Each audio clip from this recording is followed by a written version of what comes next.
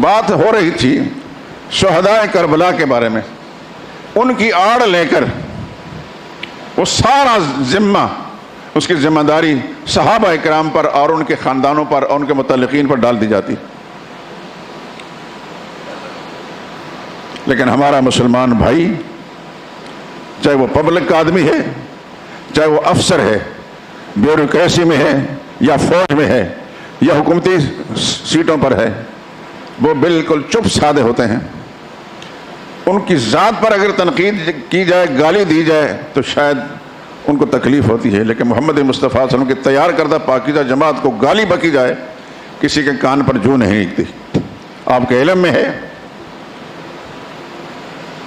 بہت دور جانے کی بات ہے، چند سالوں کے اندر پاکستان کے اندر ایسی حالت بن چکی ہے کہ بڑی ڈھٹائی اور بے شرمی اور بغیرتی کے ساتھ سڑکوں پر کھڑے ہو کر ابو بکر صدیق کو گالی بکی جاتی ہے، دیگر صحابہ اکرام کو گالیاں بکی جاتی ہیں، اور ہمارا حکمران ٹولہ ان کو بڑی حفاظت کے ساتھ ملک سے باہر بھیج دیتا ہے.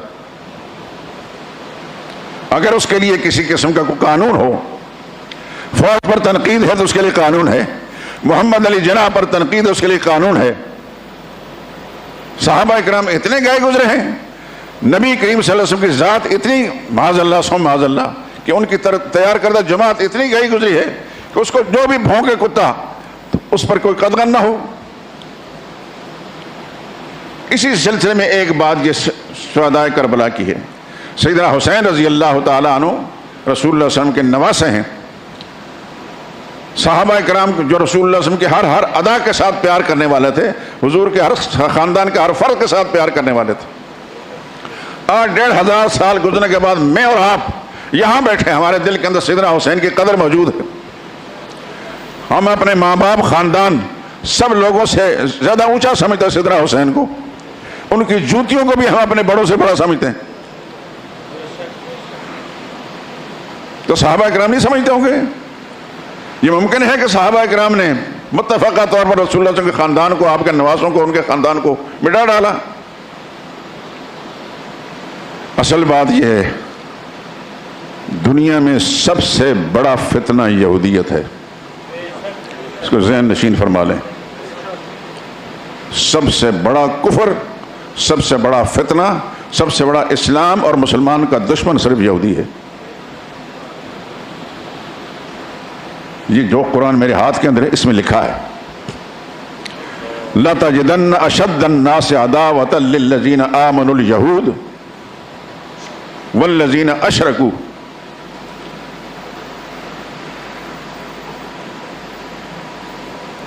غالباً یہ چھٹے پارے کے آخر میں ہے. کہاں ہے یہ آیت؟ اللہ اکبر. چھٹے پارے کے آخر میں لَتَجِدَنَّ أَشَدَّ النَّاسِ عَدَاوَةً لِلَّذِينَ آمَنُوا الْيَهُودُ. مسلمانوں کا سب سے بڑا دشمن تم یہودیوں کو پاؤ گے. وَالَّذِينَ أَشْرَكُوا، اور اس کے بعد جو مشرک ہوں گے، جیسا آپ کا پڑوسی ہندو ہے، بت پرست. وَلَا تَجِدَنَّهُمْ أَقْرَبَهُمْ مَوَدَّةً لِلَّذِينَ آمَنُوا الَّذِينَ قَالُوا إِنَّا نَصَارَى. البتہ جو اپنے آپ کو نصارہ کہتے ہیں یا عیسائی کہتے ہیں، یہ مسلمانوں کے قریب ہوں گے. ہے کافر وہ بھی، غیر مسلم وہ، لیکن مسلمان کا اتنا بڑا دشمن نہیں جتنا بڑا دشمن یہودی ہے. دوسرے نمبر پر قرآن کے فیصلے کے مطابق مشرک دشمن ہے. تو یہودی جو سب سے بڑا دشمن تھا اسلام کا، اور پیغمبر اسلام صلی اللہ علیہ وسلم کا سب سے بڑا دشمن تھا، اس نے پھر وہ چالیں چلی ہیں کہ میں ٹائم کی قلت کی بنا پر سب تفصیلات میں جانے کی ہمت نہیں کرتا. لیکن ایک بات ذہن نشین فرما لیں کہ سیدنا عثمان ذی النورین رضی اللہ تعالیٰ عنہ کو گھیر گھار کر گھر کے اندر شہید کرنے والا بھی یہی ملعون طبقہ ہے. پھر اس کے بعد سیدنا فاروق اعظم رضی اللہ تعالیٰ عنہ مسلح رسول پر شہید کرنے والا اسی ملعون طبقے کا ایک سکھایا ہوا فرد ہے. اور پھر سیدنا حسین رضی اللہ تعالیٰ، سیدنا علی رضی اللہ تعالیٰ عنہ کو مجبور کر کے مدینہ طیبہ سے نکال کر کوفہ میں لے جانے والا یہی ملعون طبقہ ہے۔ اور پھر سیدنا علی رضی اللہ تعالیٰ عنہ کی اولاد سیدنا حسین رضی اللہ تعالیٰ عنہ کو مکہ معظمہ سے گھیر گھار کر کوفہ لے جانے کا اہتمام کرنے والے وہ بدماش 60 کوفی،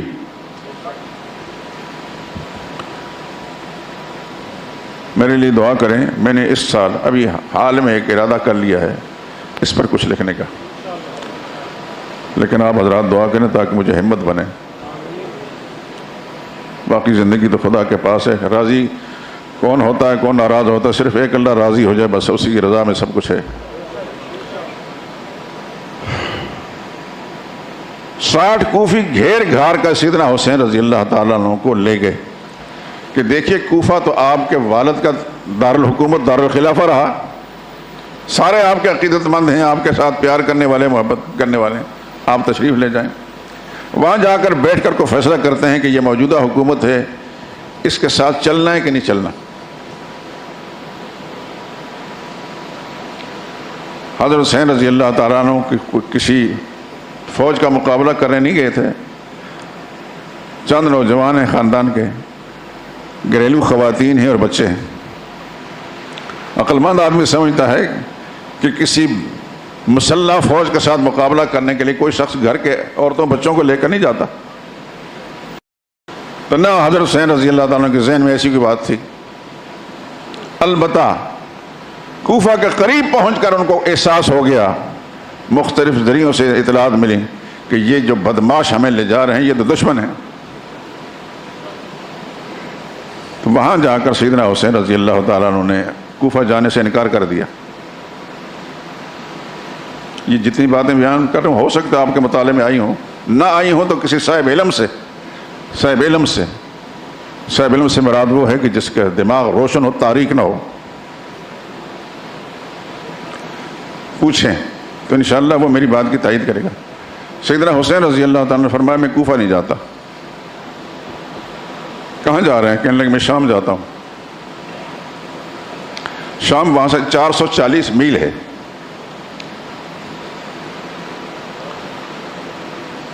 ذہن نشین فرما لیں کہ آج کے زمانے کی طرح ٹیلی فون نہیں ہوتے تھے، ٹیلیکس نہیں ہوتے تھے، فیکس نہیں ہوتے تھے، موبائل نہیں ہوتے تھے۔ ہفتوں کے بعد کوئی آدمی آتا جاتا تو خبریں دیتا تھا۔ ان 60 کوفی بدماشوں نے سیدنا حسین رضی اللہ تعالیٰ عنہ سے جب کوفہ لے جانے کا مطالبہ کیا، وہ نہیں گئے۔ انہوں نے کہا اچھا پھر آپ کو جو ہم لوگوں نے خطوط لکھے تھے وہ خط ہمیں دے دیں۔ ان خطوط کے اندر انہوں نے حضرت حسین رضی اللہ تعالیٰ عنہ کے ساتھ اپنے پیار و محبت کا اظہار کیا اور وقت کی حکومت کے خلاف بغض کا اظہار کیا۔ وہ کئی 100 خطوط تھے، 1200-1300 خطوط تھیلے بھرے ہوئے تھے۔ ان کا وہ خطوط ہمیں دے دیں۔ ڈر یہ تھا کہ اگر حکومت وقت کا پتہ چل گیا تو پھر تو ہماری خیر نہیں۔ حسین نے فرمایا یہ میری ملکیت ہے، میں نہیں دوں گا۔ یہ کم و بیش 18 آدمی ہیں اور وہ 60 ہیں۔ ان 18 میں خواتین بھی ہیں، بچے بھی ہیں اور 10-12 نوجوان ہیں۔ 60 کا اور 18 آدمی کا مقابلہ ہے۔ میں ایک صرف اس کا خلاصہ سنا رہا ہوں آپ حضرات کو۔ انہوں نے حسین رضی اللہ تعالیٰ عنہ سے وہ خطوط چھیننے کی کوشش کی، انہوں نے مزاحمت کی، نتیجتاً انہوں نے مارا ان کو۔ وہ ایک تیر سے 2 شکار کرنا چاہتے تھے۔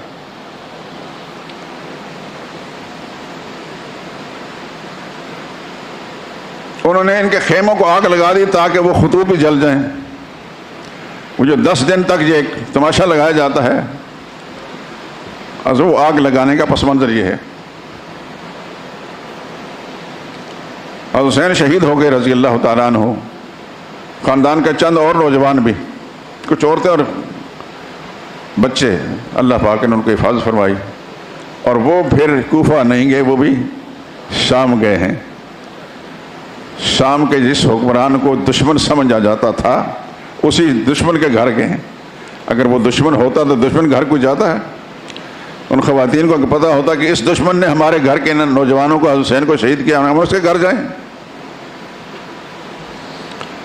بات وہی ہے کہ ہمارے ہاں جہالت اتنی پختہ ہے، نسلاً بعد نسلاً ہماری ہر رگ کے اندر جہالت موجود ہے، خون کے ہر قطرے کے اندر جہالت موجود ہے۔ آپ کا میڈیا وہی خرافات بکتا ہے، آپ کے اخبارات کے اندر وہی کچھ لکھے جاتے ہیں، بے شمار مساجد کے اندر جاہل ملا خطابت کے نام پر وہی اول فل بکتا ہے۔ اس قوم کو کہاں سے ہدایت ملے گی؟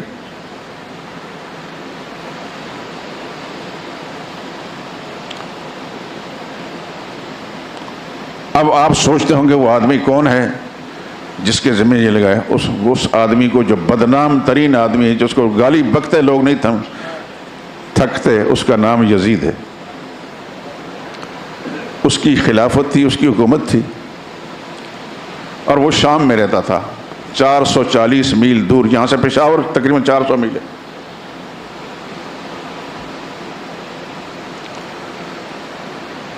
کوئی آئے گا جائے گا تب پتہ چلے گا کہ کیا ہو گیا۔ اس کو تو کافی عرصے کے بعد پتہ چلا کہ سیدنا حسین رضی اللہ تعالیٰ کے ساتھ یہ معاملہ ہو گیا۔ بہت پچھتایا، لیکن پچھتاوا بعد از وقت ہے۔ یہاں سے بچے کھوچے جتنے افراد تھے سیدنا حسین امیر یزید کے گھر چلے گئے، اور اس کے اندر جو کچھ نوجوان تھے دوسرے، ان کو باعزت باوقار طریقے سے انہوں نے مدینہ طیبہ پہنچا دیا۔ البتہ سیدنا حسین رضی اللہ تعالیٰ کی ہمشیرہ حضرت زینب وہ وہیں رہی، اور زندگی بھر وہیں رہے، اور جب ان کا انتقال ان کا مزار بھی وہیں بنا ہے۔ دشمن کے گھر کوئی رہتا ہے، دشمن گھر کوئی جاتا ہے۔ مت نہ ماری گئی ہوئی انسان کی تو انسان کو سمجھ میں آتی ہے، البتہ مت ماری گئی تو اس کو کوئی بات سمجھ نہیں آتا۔ امیر یزید حسین کے دشمن نہیں تھے، ان کے آپس میں رشتہ داریاں تھیں۔ آج اگر شیعہ کے پروپیگنڈے سے، مولوی کی جہالت سے کہ لوگوں کو پتہ نہ چلے، تو اس کا یہ معنی تو نہیں کہ سچ کچھ اور ہے۔ یزید کی بیوی، اس کا نام تھا ام محمد، یہ حضرت حسین رضی اللہ تعالیٰ عنہ کے چچا زاد کی بیٹی تھی۔ حضرت عبداللہ بن جعفر طیار کے صاحبزادے تھے عبداللہ، اور انہی عبداللہ کی بیوی تھی حضرت زینب، جو یزید کے پاس گئیں۔ تو یزید کی بیوی حضرت زینب کی بیٹی ہیں، وہ بیٹی کے پاس رہیں، اور بالآخر تبھی موت کے ساتھ وفات پائیں، اور ان کا مزار وہیں بنا۔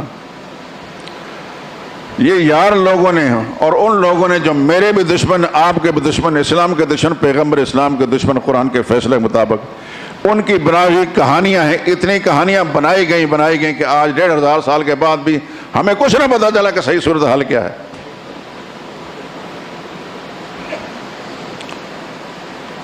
ہر آدمی جس کو کلمہ نہیں آتا وہ بھی یزید کو گالی بکتا ہے، اور اپنے آپ کو سیدنا حسین کا بڑا وفادار و تابعدار سمجھتا ہے۔ اس کا حسین کے ساتھ کیا تعلق بھائی؟ ہمیں یزید کے ساتھ کوئی واسطہ مناسبت نہیں، ہمارا تعلق حضرت حسین کے ساتھ ہے رضی اللہ تعالیٰ عنہ۔ لیکن جب یزید کو بنیاد بنا کر اس کی آڑ لے کر صحابہ پر تبرہ کیا جائے گا تو پھر ہم اس بات کو نہیں مانیں گے۔ یہ ایک دروازہ ہے، اس دروازے سے داخل ہو کر صحابہ پر تبرہ کیا جاتا ہے۔ یزید کو بنیاد بنا کر حضرت معاویہ پر تبرہ کیا جائے گا، جو ان کے والد گرامی ہیں اور بہت بڑے خلیفہ ہیں، جو کاتب وحی ہیں۔ 20 سال وہ ملک شام کے گورنر رہے، اور 19.5 سال تک وہ خلیفہ رہے پوری ملت اسلامیہ کے۔ سیدنا معاویہ رضی اللہ تعالیٰ عنہ وہ انسان ہیں کہ جنہوں نے اسلامی مملکت کا رقبہ 35 لاکھ سے اٹھا کر 65 لاکھ مربع میل تک پہنچایا ہے۔ یہ ایک ایسی ہے سچائی جس کا دنیا میں کوئی معقولہ انکار نہیں کر سکتا۔ اور آپ کے علم میں یہ ہے یا نہیں، میں بتا دیتا ہوں۔ اسلامی بحریہ بحری بیڑا بنانے والا شخص سب سے پہلے اگر ہے تو وہ حضرت معاویہ ہے رضی اللہ تعالیٰ عنہ.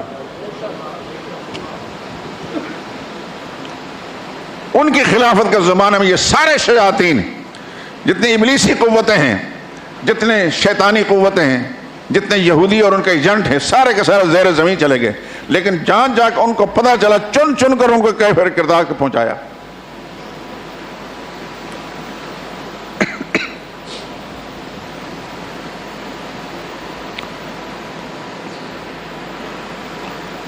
ہماری اسلامی تاریخ کی کتابوں میں ایک مورخ گزرے حضرت علامہ ابن کثیر رحمۃ اللہ تعالیٰ علیہ، وہ مفسر بھی ہیں، تفسیر ابن کثیر انہوں نے لکھی ہے، محدث بھی ہیں، بہت بڑی حدیث کتاب انہوں نے جمع کی. ان کی وہ تاریخ کی کتاب جو ہے اس کی 8ویں جلد کے اندر، 14 جلدوں کی کتاب ہے، اس کی 8ویں جلد کے اندر نبی کریم صلی اللہ علیہ وسلم پر حضرت جبریل امین نازل ہوتے ہیں. رسول اللہ صلی اللہ علیہ وسلم پر جبریل امین آتے تھے.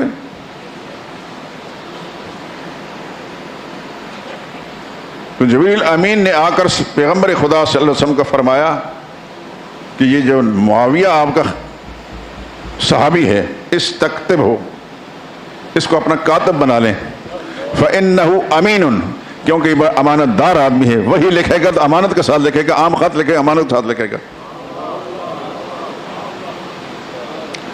یہ میں نے اس کتاب کا حوالہ دیا ہے جس کتاب مصنف پوری دنیا کے اندر مسلم انسان ہے.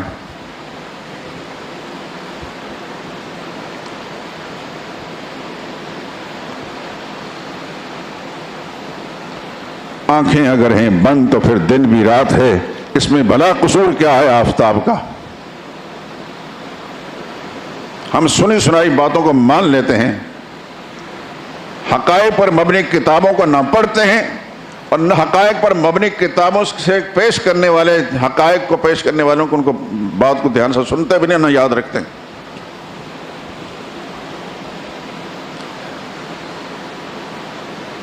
انیس سو 82 سے لے کر 84 تک غالباً، ہمارے ساتھی بتائیں گے، میں نے بڑی تفصیلی گفتگو کی تھی اس پر. غالباً جنرل ضیاء الحق مرحوم کا زمانہ تھا، نہ لیکن تفصیلی میرے بعد 82 میں ہوئی تھی، 88 میں شاید ہوئی ہوگی. اب ان باتوں کو میں دہراتا نہیں، کیسٹوں کے اندر محفوظ ہے. اس زمانے میں نے بتایا تھا کہ مکہ معظمہ سے لے کر کربلا تک اور کربلا سے لے کر شام تک کتنی منزلیں ہیں، اور ہر منزل کا دوسری منزل تک درمیان میں کتنے میل کا فاصلہ ہے. یہ میں نے جا کر نہیں شمار کے کتابوں میں لکھا ہے سب کچھ.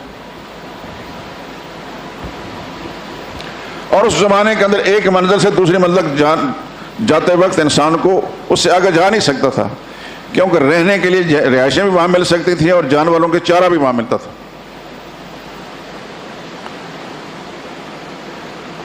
تو مکہ معظمہ سے چل کر کلبرا تک 40ویں دن انسان پہنچتا ہے. یہ 10 دن کا جو ڈرامہ رچایا جاتا ہے مختلف مجالس کے اندر، یکم محرم کو حضرت حسین کے ساتھ یہ ہوا، 2 کو یہ ہوا، اور 3 کو یہ ہوا، اور 4 کو یہ ہوا، 5 کو یہ ہوا. حضرت حسین تو وہاں پہنچا ہی نہیں. ان کو پتا ہے کہ ہماری یہ قوم سب کچھ مان لیتی ہے، ہمارے سامنے سب کچھ بیان کرتے ہیں، ہم سر دھونتے ہیں، آنکھوں سے آنسو بھی نکال لیتے ہیں کالے کپڑے پہن کر. ہم سمجھتے ہیں کہ حضرت حسین رضی اللہ تعالیٰ شہداء کربلا کے ساتھ عقیدت کی ہے کہ کپڑے بھی کالے پہنو.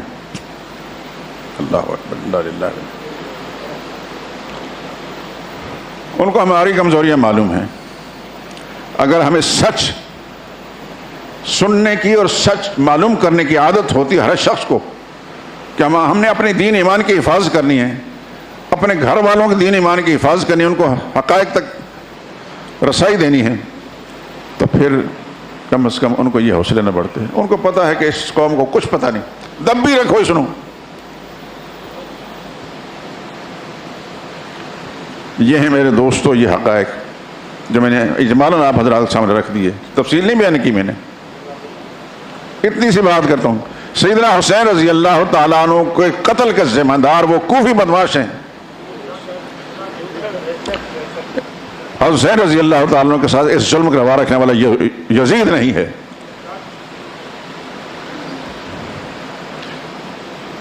یزید کا دفاع ہم نہیں کرتے. ہاں جب پتہ چلے کہ حضرت معاویہ پر حملہ آور ہونا چاہتے اس کے کسی عمل کی وجہ سے یا کسی دوسرے صحابی، پھر ہم دفاع کریں گے کہ ہماری ذمہ داری صحابہ کرام کا دفاع کرنا. لیکن سچ یہ ہے کہ یزید کو حضرت حسین کے ساتھ کوئی دشمنی بھی نہیں تھی. سچ یہ ہے، مر کر ہم نے خدا کے سامنے جانا ہے.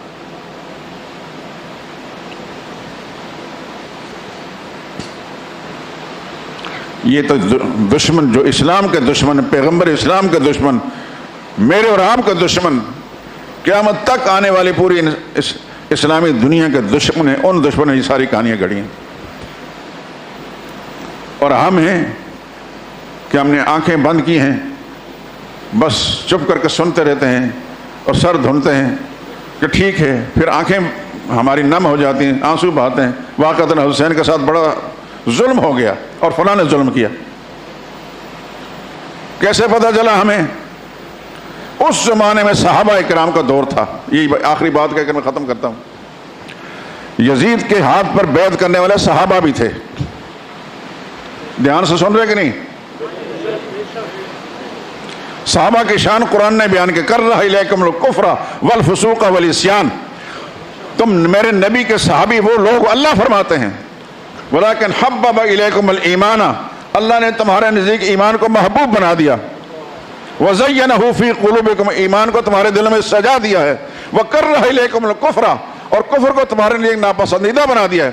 والفسوق والعصیان، فسق فجور اور معصیت کو بھی اللہ نے تمہارے نزدیک مبغوض بنا دیا، ناپسندیدہ بنا دیا. صحابہ کی یہ شان اللہ بیان کر رہے ہیں، میں نہیں، اللہ کے قرآن موجود ہے. ان صحابہ کرام رضوان اللہ تعالی اجمعین نے، انہوں نے کئی سو صحابہ نے یزید کے ہاتھ پر بیعت کی. یزید فاسق تھا، فاجر تھا، تو صحابہ کرام اس فاسق فاجر کے ہاتھ میں بیعت کر رہے تھے. وہ اگر بڑی بڑی طاقتوں کے ساتھ لڑائی لڑنے کے لیے جان نچھاور کرنے کے تیار ہو جاتا ہے، یزید کی کیا حیثیت تھی؟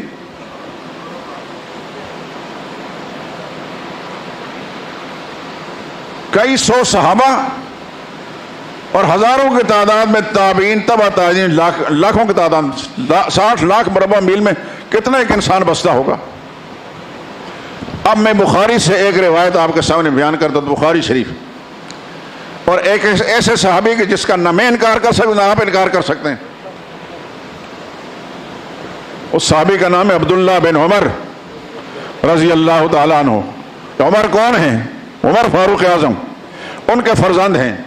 اور عبداللہ بن عمر ان صحابہ میں سے ہیں، علماء نے لکھا اپنی کتابوں کے اندر،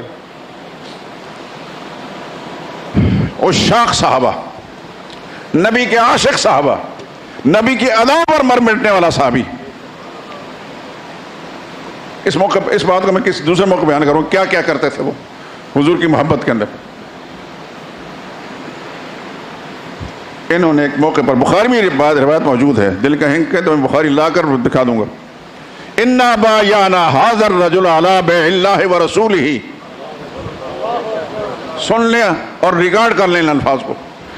بایعنا ھذا الرجل علی بیع اللہ ورسولہ، ہم نے یزید کے ہاتھ پر جو بیعت کی ہے اللہ اس کے رسول کے حکم کے مطابق کی ہے.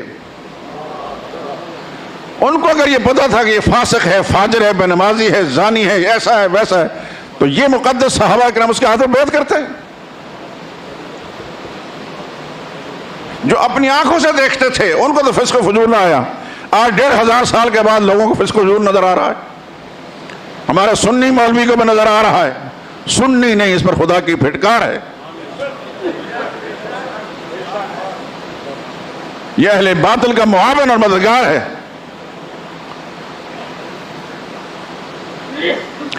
جنہوں نے اپنی آنکھوں سے دیکھا ان کو تو فسق و فجور نظر نہ آیا. جن کے سامنے پیدا ہو کر بڑا ہو کر جوان ہو جاتا ہے ان کو تو اس کے اندر کوئی برائی نظر نہ آئی تو 1500 سال کے بعد اس زمانے کے لوگوں کو.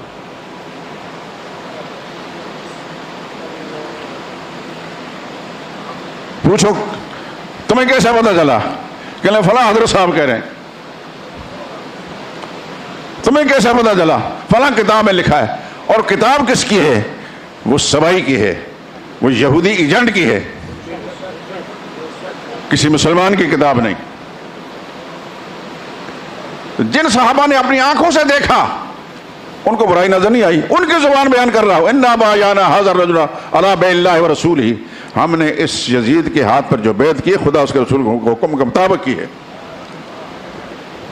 اور پھر عبداللہ بن عمر اپنے بیٹوں کو، اپنے خاندان کے لوگوں کو، اپنے متعلقین کو، شاگردوں کو فرماتے ہیں خبردار تم میں سے کوئی شخص یزید کی بیعت کو توڑے، الا کانت الفیصل بینی و بینہ، اگر کسی نے ایسی حرکت کی تو میرا اس کے ساتھ کوئی تعلق نہیں ہوگا، اس کا میرے ساتھ کوئی تعلق نہیں ہوگا. یہ آج بھی آپ مسلمانوں کے ایک معتبر کتاب بخاری شریف، اس کے اندر یہ روایت موجود ہے. کیا کہیں گے؟ عبداللہ بن عمر ڈر گئے تھے، بک گئے تھے معاذ اللہ. ان کی صفت خدا قرآن میں ایسی بیان کی ہے کہ کائنات انسانی میں کسی پیغمبر کی امت کے لوگوں کو ایسی شان نہیں بیان کی گئی. ان کو تو قرآن کریم میں اللہ پاک فرماتا اولئک هم المؤمنون حقا، یہ پکے ایمان والے ہیں. اولئک هم الراشدون، یہ سب کے سب ہدایت یافتہ لوگ ہیں.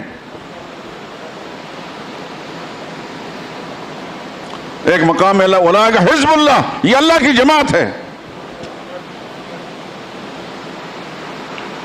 صحابہ کی شان تو یہ ہے. ان صحابہ میں ایک معتبر صحابی، اس کی زبان سے یہ بات امام بخاری نے لکھی اپنی کتاب کے اندر اور امت تک پہنچی ہے. کیا کہیں؟ سچ کیا ہے؟ سچ وہ ہے جو صحابہ کرام کہتے ہیں. سچ وہ نہیں کہ جو آج کا ملا کہتا ہے، آج کا ذاکر کہتا ہے. سچ وہ جو ہے بخاری شریف میں لکھا ہے. سچ وہ جو صحابہ نے اپنی آنکھوں سے دیکھا. 3 سال تک یزید امیر حج رہا. آپ کی تمام تاریخ کتاب میں لکھا ہے امیر حج، جس کی اقدام میں سارے مسلمان حج کرتے ہیں. سن 51، 52، 53 ہجری میں کسی فاسق فاجر کے پیچھے حج کرتے تھے لوگ.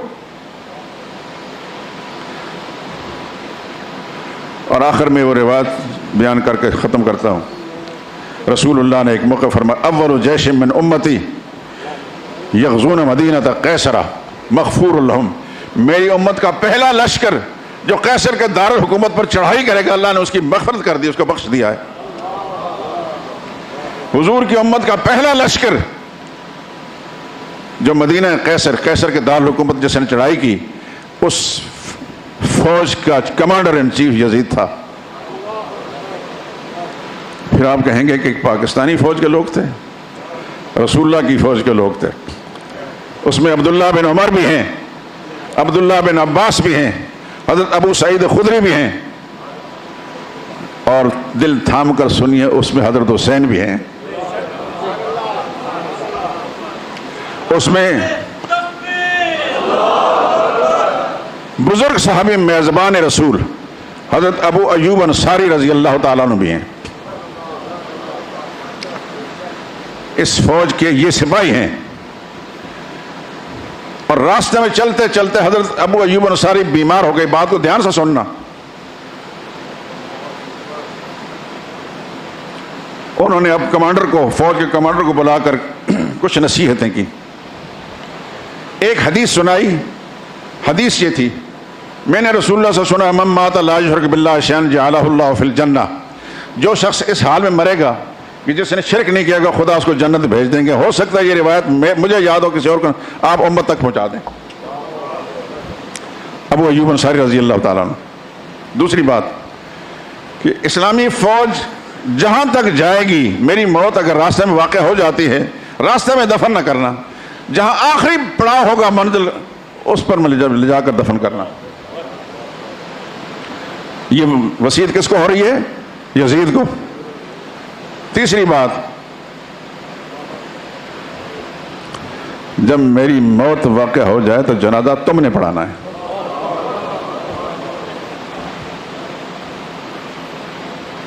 میری موت واقع، اس فوج کے اندر بڑے بڑے صحابہ موجود ہیں. ابھی میں نے نام لیے چند ایک کے. ہر ایک بڑی بڑی شخصیتیں ہیں، ان کی عظمت میں کوئی شک نہیں۔ جب انسان مر کر خدا کا سامنے اس کی بارگاہ میں جانے والا ہوتا اس وقت تو کسی لالچ کا بھی اندیشہ نہیں، امکان نہیں ہوتا، نہ کسی کو راضی کرنے والی کوئی بات ہوتی ہے۔ ایک صحابی رسول ہیں، میزبان رسول ہیں، بزرگ ہیں، 80 سال سے زیادہ عمر والے ہیں، وہ کہتے ہیں کہ میری موت واقع ہو جائے تو میرا جنازہ تم نے پڑھانا ہے۔ وَهُوَ الَّذِي صَلَّى عَلَيْهِ، کتاب میں لکھا ہے کہ پھر یزید ہی نے ان کی وصیت کے مطابق ان کا نماز جنازہ پڑھایا، اور ان سب صحابہ اکرام نے، جس میں سیدنا حسین بھی تھے، سب نے ان کی کتاب میں جنازہ پڑھا۔ اب کہہ دیں یزید کو، ان کو گالیاں دیں، جو مرضی کہیں، وہ تو خدا کے سامنے پہنچ چکا ہے۔ اگر اللہ نے اس کو بخش دیا ہے تو اب کوئی شخص کو گالیاں دیتا ہے وہ اپنا ہی خانہ خراب کرتا ہے، اور اگر اللہ نے اس کو سزا دینی ہے تو سزا دے کر اللہ نے اس کا معاملہ پار کر دیا ہوگا۔ کیوں؟ مسئلہ یہ ہے کہ اسلام والا مسلمان کتنا بڑا گنہگار کیوں نہ ہو، ایمان کی وجہ سے بالآخر اللہ تعالیٰ اس کو جنت میں بھیجتے ہیں سارے گناہوں کی سزا دے کر۔ وہ تو جنت میں چلا ہی گیا ہوگا 1500 سال کے اندر، اب جو اس کو گالیاں دیتے ہیں وہ اپنی خیر منائیں۔ میری عادت ہے سچ کہنے کی، آپ سے درخواست ہے، سب سے ہاتھ جوڑ کر میرے لیے استقامت کی دعا کریں کہ خدا مجھے سچ پر استقامت نصیب فرمائے۔ اب تک تو الحمدللہ دبنے، ڈرنے، جھکنے کی عادت نہیں تھی، میرا رب زندگی آخری سانس تک اس پر قائم رکھے۔ مجھے پتا ہے کہ میری یہ بات جو سن کر پتہ نہیں کتنے چہرے اداس ہوں گے، کتنے کو تکلیف ہوگی، کتنے مجھے گالیاں بکیں گے، دیتے رہیں گالیاں، بالکل مجھے کوئی تکلیف نہیں گالیاں بکنے پر، شاید میرے گناہ خدا معاف کرے گا، لیکن مجھے اللہ کی توفیق سے، خدا کی توفیق سے مجھے سچ کہنے کی اللہ نے توفیق دی۔ اے اللہ تو راضی ہو جا، جو کچھ میں نے کہا اسے قبول فرما۔